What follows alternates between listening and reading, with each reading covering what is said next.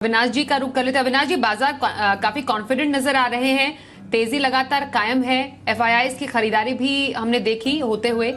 क्या यहाँ पर अभी आपकी राय रहेगी बाजार पर? क्या ये कॉन्फिडेंस बाजार जारी रख पाएगा?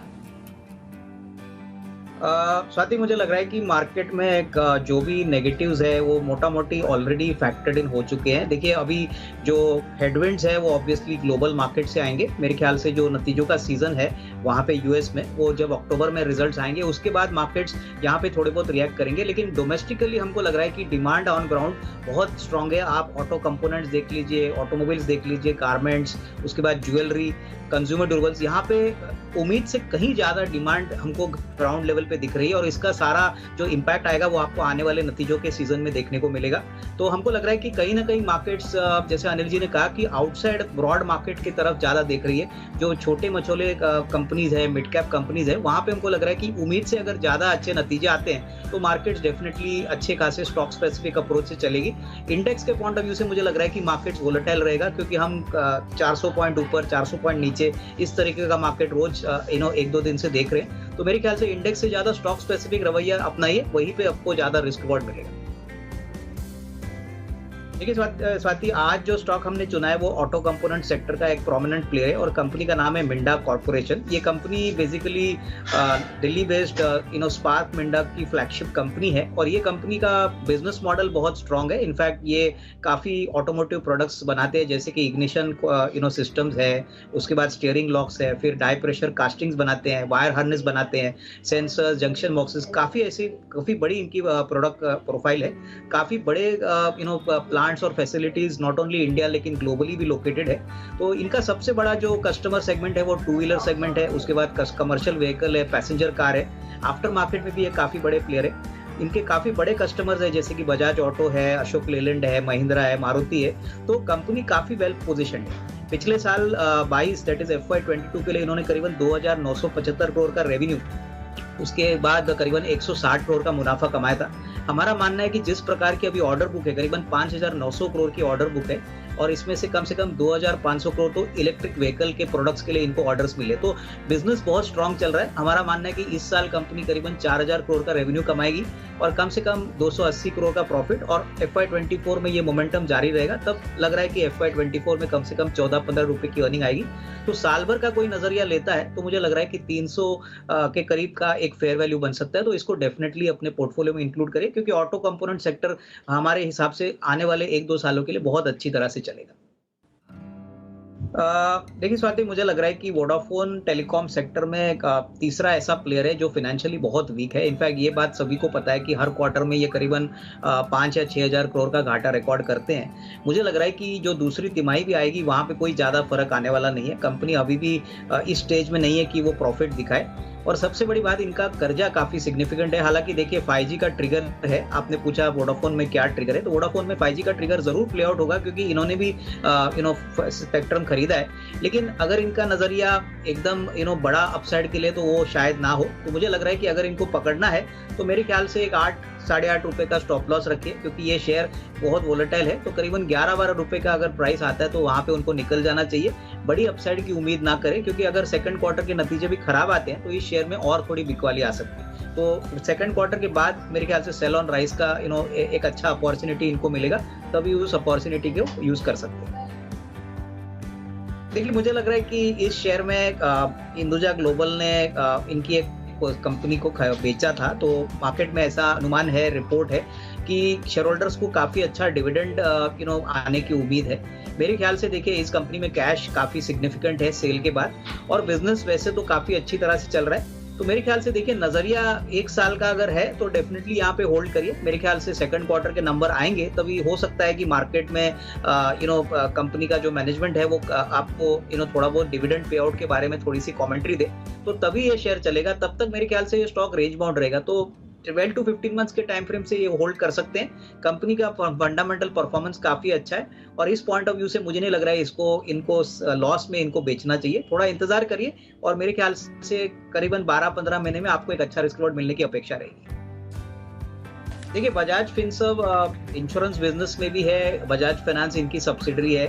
मेरे ख्याल से अगर इनका नजरिया 1.5-2 साल का है तो ही इसमें निवेशित रहिए, क्योंकि देखिए हाल ही में बजाज फाइनेंस ने उनका क्वार्टरली अपडेट डिक्लेयर किया था। बहुत ही दमदार नंबर एयूएम पे ऊपर आया है, लोन बुक के ऊपर आ गया है, एसेट क्वालिटी भी ठीक ठाक है, और जिस प्रकार की देखिए फेस्टिव बाइंग हम देख रहे हैं अक्रॉस कैटेगरीज, तो इसका फायदा जरूर बजाज फाइनेंस को मिलेगा और उसका इनडायरेक्टली बेनिफिट बजाज फिनसर्व को भी मिलना चाहिए, क्योंकि इंश्योरेंस की भी वैल्यू बजाज फिनसर्व में फैक्टर इन है। तो अगर 1.5-2 साल का नजरिया है तो होल्ड करिए। देखिए छोटी अवधि के लिए आपको इतना बड़ा अपसाइड ना मिले, लेकिन 1.5-2 साल में अगर ये निवेशित रहते हैं तो मुझे लग रहा है कि यहाँ से सिग्निफिकेंट रिस्क रिवॉर्ड मिलेगा। तो कंटिन्यू टू होल्ड ऑन, यही मैं कहूंगा।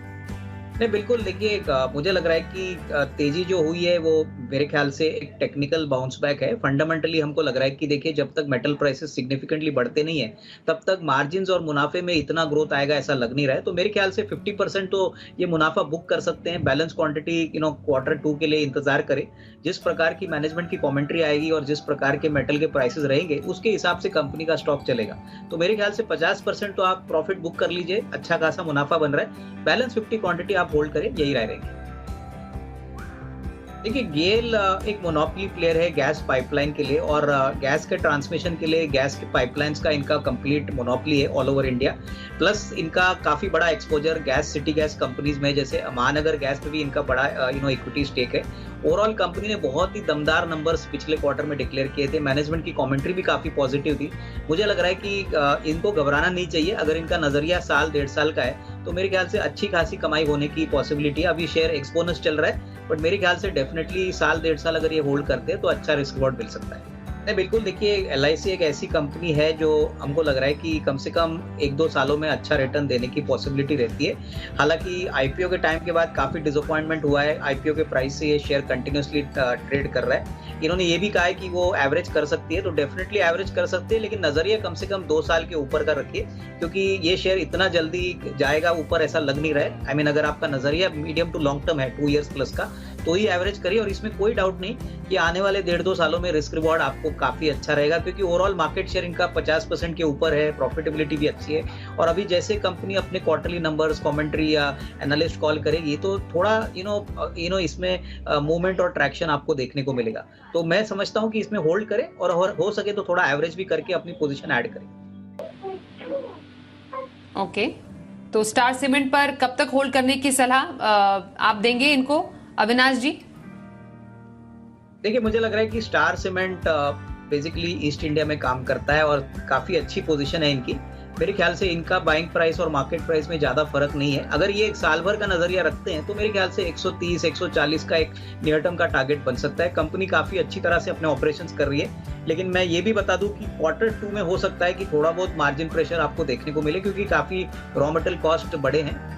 सेकंड हाफ जो FY23 का होगा वो काफी अच्छा होगा, तो थोड़ा सा नजरिया बढ़ाइए। कम से कम 8 से 12 महीने अगर आप होल्ड करते हैं तो 130-135 का आपको टारगेट प्राइस मिलने की अपेक्षा रहेगी, तो यहाँ पे होल्ड करने की रहेगी। देखिए मुझे लग रहा है कि पहले तो मैं इनको यही बताऊंगा कि आप लॉस में पोजीशन बुक मत करिए, क्योंकि देखिए कंपनी विप्रो जैसी कंपनी है तो काफी अच्छी ऑर्डर बुक है, इनके काफी अच्छे बिजनेस प्रोस्पेक्ट्स 5G को लेके। लेकिन नियर टर्म में अगर ये जो सितंबर का क्वार्टर देखेंगे तो इसमें डेफिनेटली आपको कोई बड़ी अपसाइड प्रॉफिट में दिखेगी नहीं, मार्जिन प्रेशर भी दिखेगा।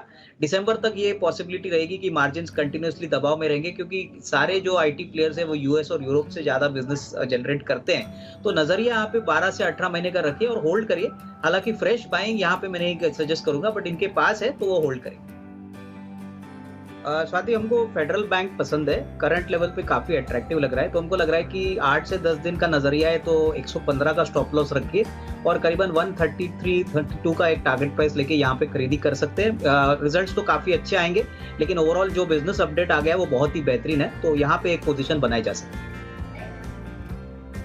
ओके, तो फेडरल बैंक में पोजिशनल व्यू रखने की सलाह अविनाश गोरक्षकर दे रहे हैं। बहुत धन्यवाद करेंगे सर, आप हमारे साथ आज के शो में शामिल हुए। बाजार आज और कल में बस इतना ही।